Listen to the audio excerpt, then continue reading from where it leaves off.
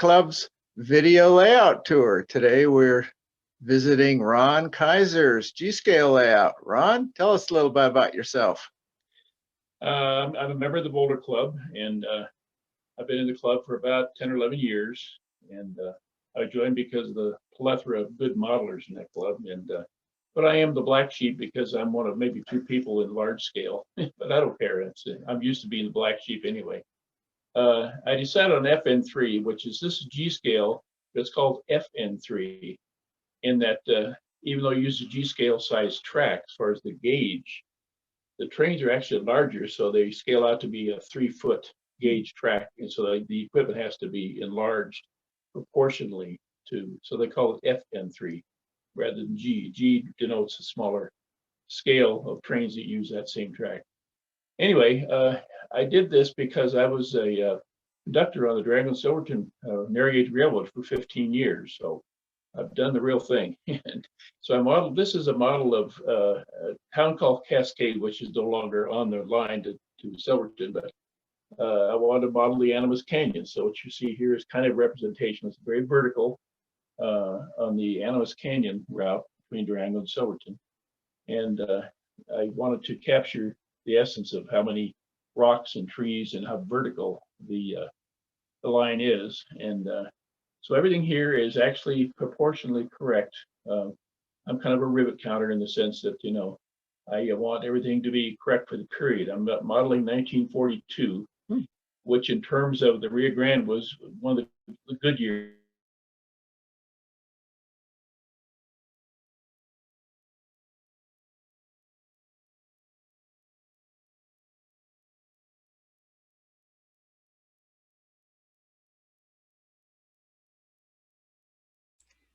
Anyway, but it's also, in terms of narrow gauge, a very good year. So this is the town of Cascade, which is now just a sign on the way up to Durango or up to Silverton. And so I decided to resurrect the town of Cascade. I've detailed every square foot of this railroad. It's finished. Believe it or not, I'm one of the few cases that has finished this railroad. Actual finish. It's actually finished. I don't do a thing to it. I come down and turn it on and run it and have a beer and have a good time. But I like to detail different scenes. For example, the scene right behind me, the cemetery scene, is something you don't see on a lot of railroads, but there's all kinds of little stories could be told. For example, the gentleman here, is he dead? Is he in the casket or not? You know. So, so over to the right is the coroner, who's waiting to have the folks decide, is he dead or alive? If he's dead, I'll haul him out of there. If he's not, let him go. So there's kind of a little story there, and then of course there's the guys inside that are honoring their departed, and so it's kind of a neat little scene that you don't see on a lot of railroads. And so I have a lot of detail. As you can see, I have over 100 figures on this railroad, and they're all hand painted. If they came painted, I repainted them because, you know, most of the painted figures are pretty awful. Where do you get the figures? Because they're not too many of them. Mostly online. There are companies that are not even in business anymore that make figures. There is one outfit out of Florida that does offer the figures, and so I get a few of theirs, but I don't need any more, luckily. But luckily, there's different scales because in G scale, there's about 5 different scales. But most of these, and of course, people are different sizes. Okay. So yeah, I'm able to mix the people with the different heights, you know, and so you'll see. And then my scenery is mostly with latex molds. Most of the ground covered dirt is actually out up of Coal Creek Canyon. I go up and scoop up dirt alongside the road and sift it out, and because I like to have the different sizes of ground cover. Oh yeah, you see the rock work here. Very realistic. It's very different.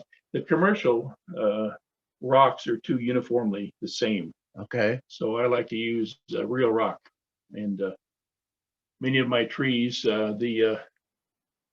the pine trees, the spruce and pine are actually handmade by a friend of mine. I did some, but he did some. It's very well done. And it's a lot of trees. The deciduous and the aspen are from the super trees. Okay. And I made most of the aspen, and And then over here we have some more figures, some guys around a campfire that are homeless with their running around this side. Yeah, we'll get there. Yeah, okay. So that's Jeez. another little scene there just to get warmed up. And Do you start with an idea for a scene? yeah, Okay. yeah. Like when I saw that they had this lighting thing for the campfire, I said, well, I'll make a campfire, and then there's some guys who could be sitting around the campfire. And so I created that scene in my mind and actually Okay. wanted to have that. And the other detail I have here is the telephone poles, Oh, yeah. which you don't see on mid-model railroads. And I originally started to do just a single telegraph line, but you can't see that. So I did the telephone poles with all four. All four lines. And the insulators are actually just about lifelike, you know.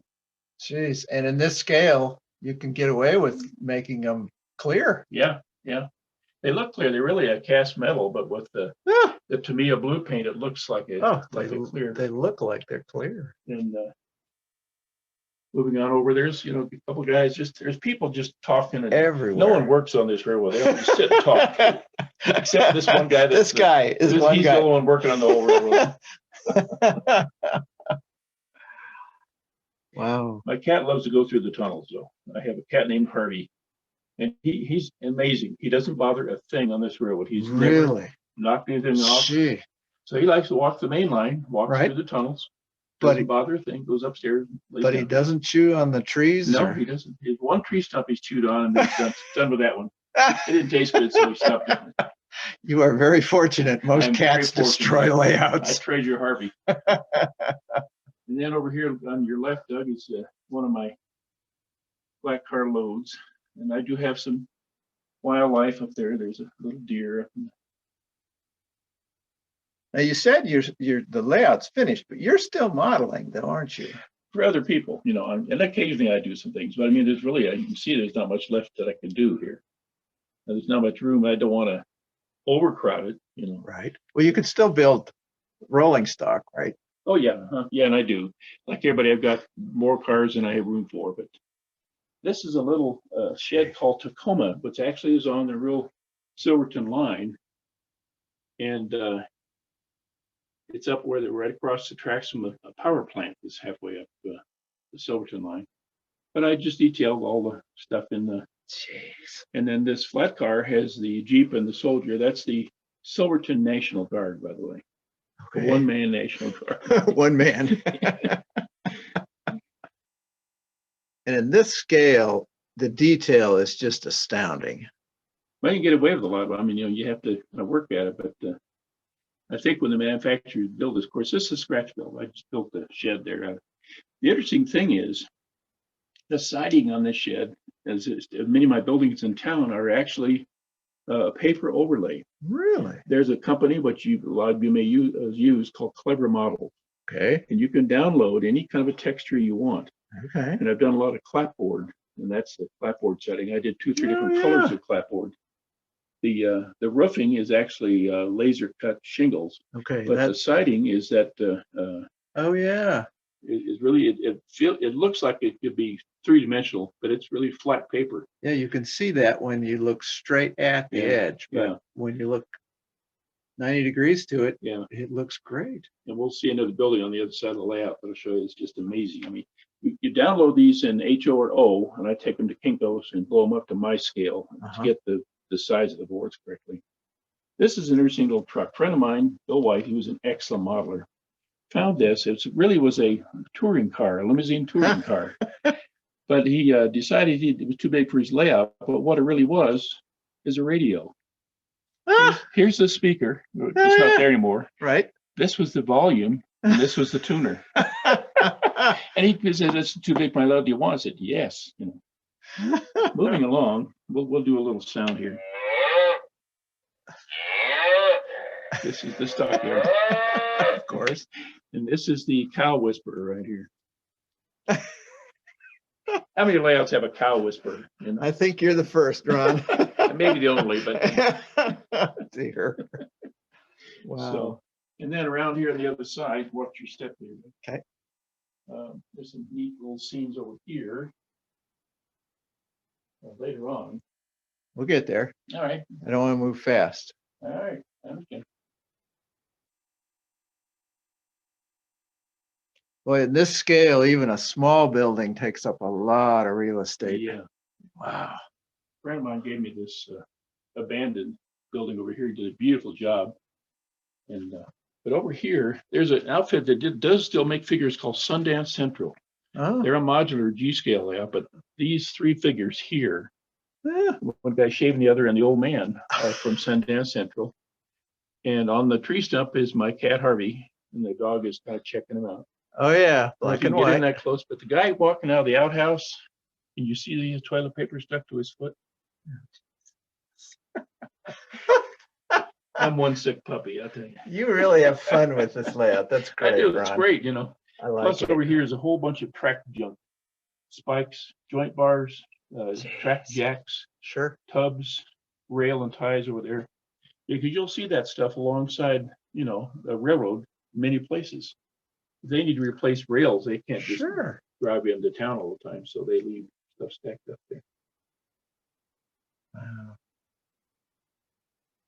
The guy's talking over here, and I love Model A's, so you'll see a lot of Model A's Model A's. on my layout.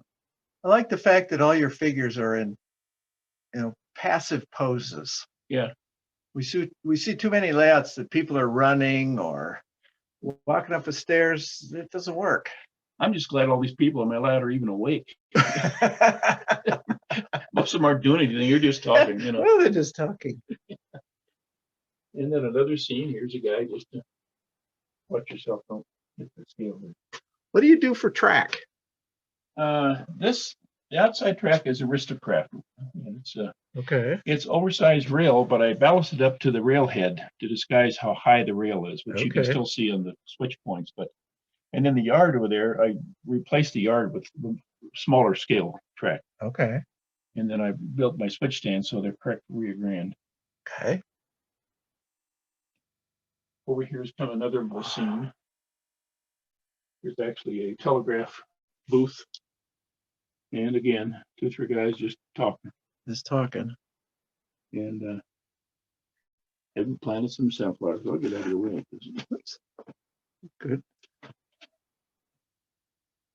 Boy, that natural rock really shouts. Really looks great. Most of these are all Bragdon molds, and he makes the big ones that you can do a big casting in this scale. And of course, you can use the same mold and turn it upside down. You got a whole different texture. Sure. And I just buy acrylic paints from Hobby Lobby and slap paint on. You know, I do have a degree in commercial art, so that helps. I have Oh, you are. eyeball for color, so okay. that helps. But That really shows down here. Yeah. and I painted most of the backdrop, so it doesn't really look a lot like a finished basement because it isn't. It's an unfinished basement, but it's finished up to the back. about the 7 foot. Yeah, sure. The talus looks great. It Thank you. looks so While you're this loose. close, these are actually, this is Caspia. The pine trees are made from a real plant called Caspia. And a friend of mine who lives in Albuquerque built a lot of these trees, and they're just beautiful. Built a tree. That's a lot of work too. Yes. There's a lot of hours in each one of these trees. Yes, and I paid him dearly for them. I'm surprised you didn't do trees. I did some. You did. He few. did these, and then I did this one. So mine are Okay. not as nice, but they fit in all right. They look just the same. You're using the same material. Yeah, it's all Caspia. Right. You have a lot of trees on this layout, Ron. There's about 150 trees. Wow. Now, some of these trees, like this one here, is different. This tree here is what I did a lot of. This is actually a fern that Hobby Lobby sells. It's a plastic fern. You can see that. And before I found the guy that does the Caspia trees, I did a whole ton. In fact, these trees right here are all the fern, the plastic fern. And it's plastic. It's plastic.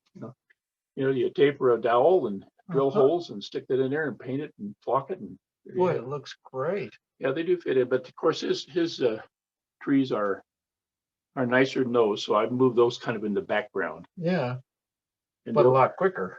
the only tree that didn't quite make it is this one right here. How many people have a dead tree with a nest and an egg? Well, in it? yeah, we got to have that. that an egg or a pumpkin? It's an egg. It's an eagle egg. That's an awful big eagle egg. Well, Let's it's see the if we only, get the only close. size I could find, but you know, I don't know how big eagle eggs are, but you know, I couldn't find any That's going smaller. to be a big eagle. Yeah. That just Might be a buzzard. I have no idea.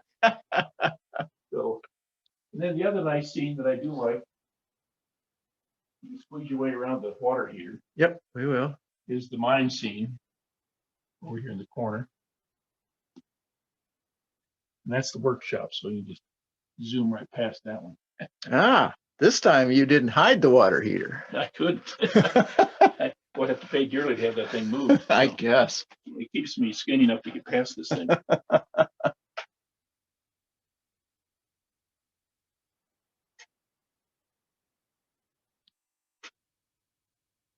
And even just a guy leaning against the rocks there. There's two guys just kind of hanging out. And then I have my 4 miners up there. And of course, the trestle would extend over here to a tailings pile, but of course I couldn't model that.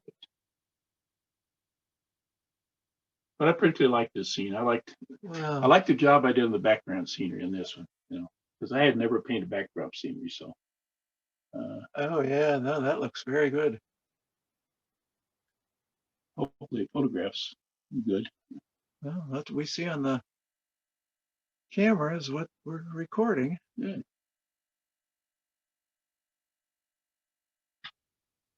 So what kind of ore are they getting out, Ron? Generally, silver. Silver. Yeah. Not unobtainium? Or leverite? It might be Doritos. I don't know. Remember I don't- leverite? Just leave her right there. Yep. Yep. You don't know. You know. Of course, there are silver and gold mines up in that area in the San Juan. So Now these kits or the scratch built? the ore cars are kits, Okay. and the little steam donkey is actually Bachmann. That makes it just like that. All it is Wow. weather a little bit, but that's the steam Wow. donkey is something Bachmann makes in G scale, which is really a nice model. I guess. They do some beautiful stuff. You know.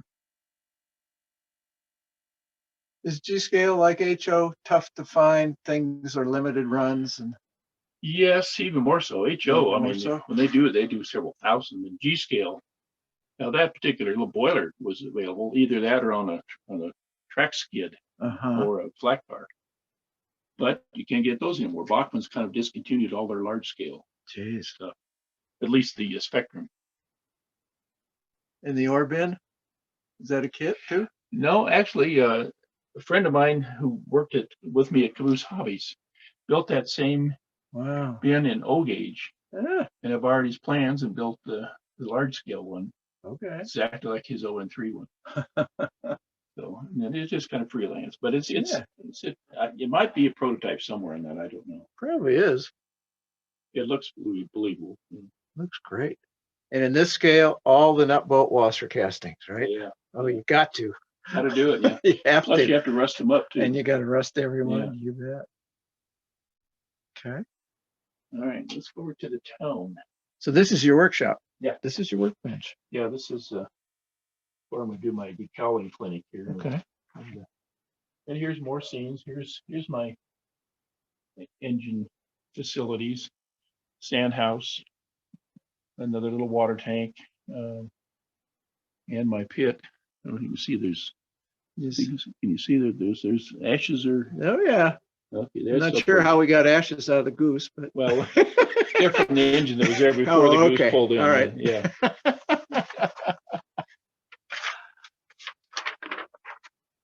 Tell us a little bit about your rolling stock and engines. Majority of the engines are by AccuCraft. They're stainless steel and brass. Still in That's this business? one. Still in business? Okay. Yeah. And several of my engines are from Bachmann Spectrum. For example, this 340 right here and the 346 are both C19s, but this is brass and that one's plastic. Wow. And they're identical as far as Bachmann did one wonderful job of the detailing. You know, everything is correct. I changed one or two things, but you know they're specifically correct for that particular engine. Jeez. For example, I have two of the Bachmann C19s. This one is like the one out at the museum that you've all seen, the one I'm going to run is RGS number 40. And they're both C19s, but they actually made them detail specific. In other words, the tenders are different. The main reservoirs are different sizes. The air compressors on the other side are different. And Bachmann actually did that, right? Yeah, they did. And imagine the tooling is the Goose is AccuCraft. Now you don't add much details to your engines, do you? Other than just the weathering. And all I've done on this one is I changed and put a different pilot on there. And that's it. And a coal pile. I made a better looking coal pile, which is real coal. You know, the only thing on all models, maybe in your scale too, most coal piles are really hokey looking. So I go out to the museum and steal a piece of coal, pound the crap out of it, so it's at the right size, glue it in there, and I actually paint it gloss black because coal is shiny. It's real shiny. Now mine's a little dusty, but still, all the coal loads you see are actually real coal. Because it's supposed to look like coal. So let's go back in the layout.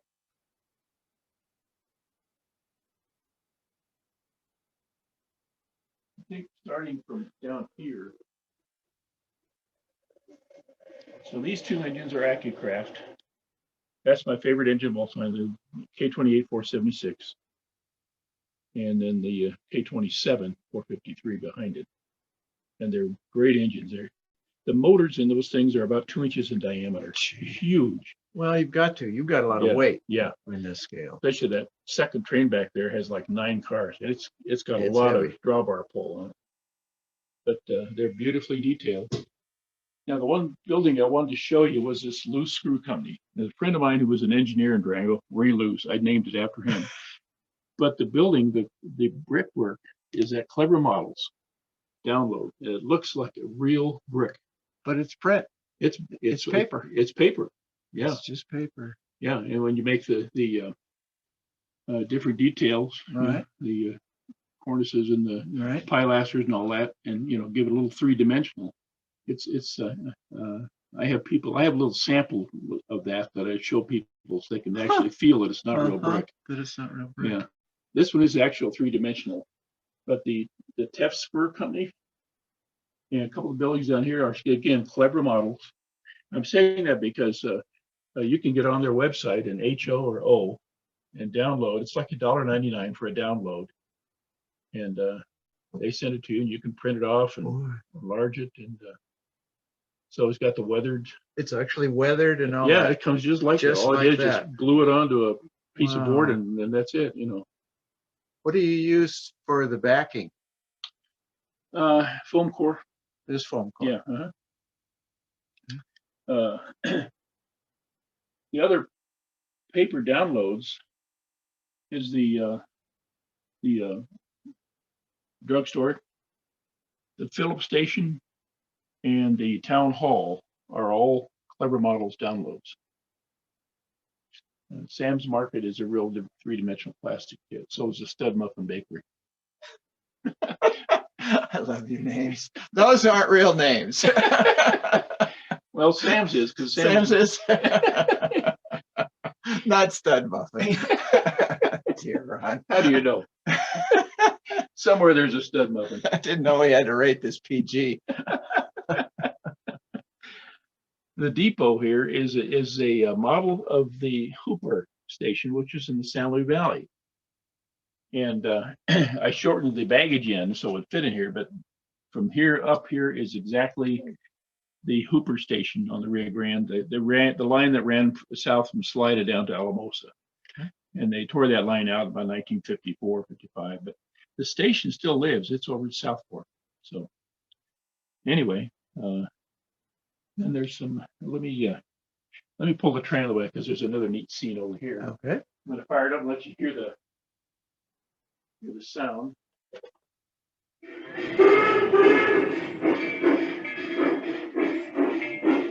Sound in this scale is phenomenal.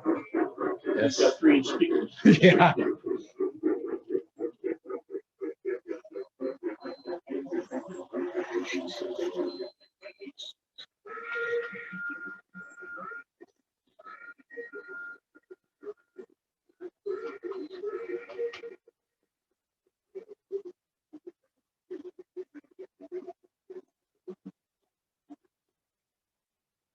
How do you do your weathering? A lot of it's airbrush, some is chalk weathering, Okay. different things, you know. I usually airbrush and then I chalk over that. Do you use the pan pastels at all? No, I No? use the Bragdons. Bragdon chalks. Yeah, yeah, the pan pastels are hard for me to get streaking in it. Okay. They're okay. I mean, the powders themselves are.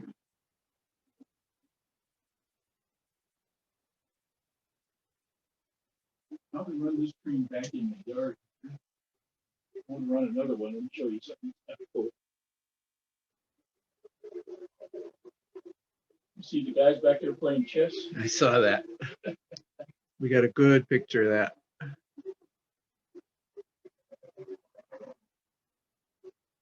By the way, I forgot to mention, the room is 24 by 36. 24 by Now 36. that's not counting this part here. But the total width 24 and the length is 36.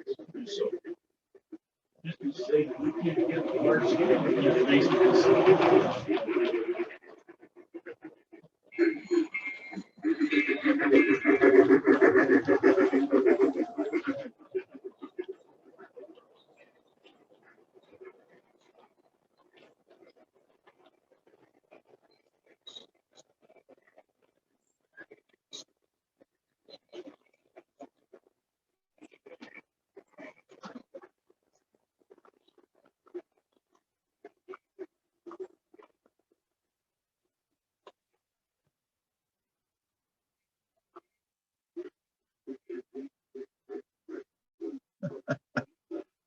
I love your RGS #1. Isn't that cool? That's great. What'd you start with? That actually comes that way. That's handmade. Really? AccuCraft, yeah. It's AccuCraft. Yeah. Yeah, I really run it, but it's the track in my yard is a more scale track. Oh yeah, I see that. Yeah. It's actually coated. It's like 85-pound rail Okay. and code 250 as far as size. And whose manufactures that? That's microengineering. Microengineering. Yeah. Okay.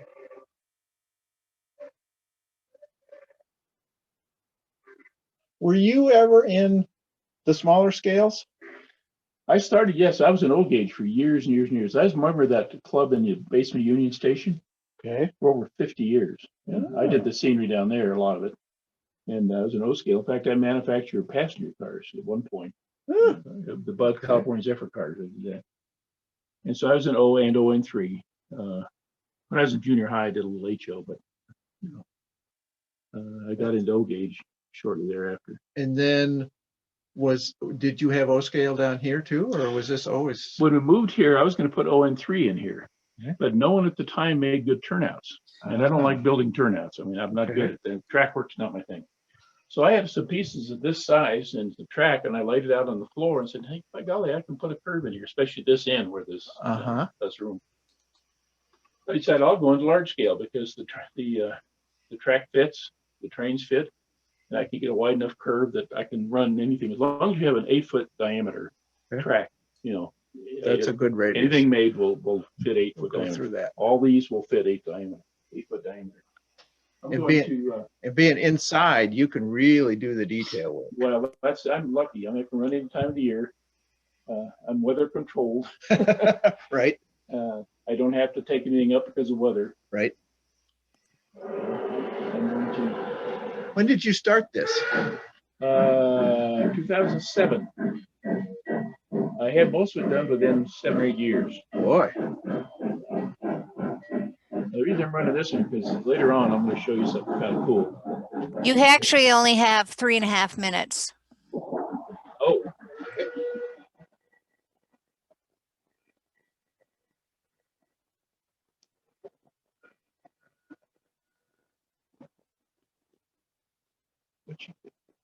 About 3 minutes. I thought we had 45 minutes. Well, for some reason, Zoom has been shutting us down a little bit. Okay. All right. What I'm going to do is do my night scene over in this corner. Okay. This is probably going to break up. I'm going to walk quick.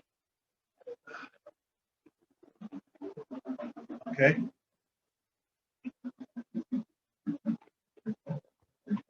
You think the headlight shining on the rock.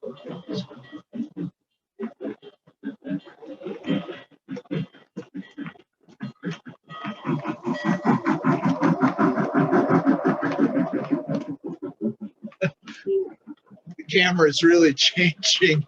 I'm afraid the night didn't work. The camera changed its settings. That's okay. Notice the marker lights on the caboose. If Hockney did a beautiful job of. There they go.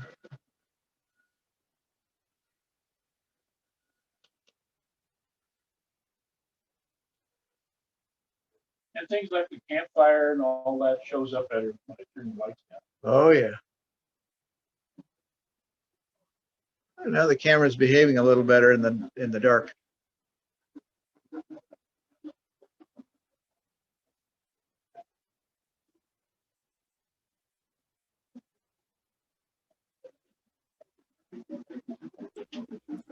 Two minutes. Done. Yep. All right, let's get you back in the middle and we'll say goodbye there.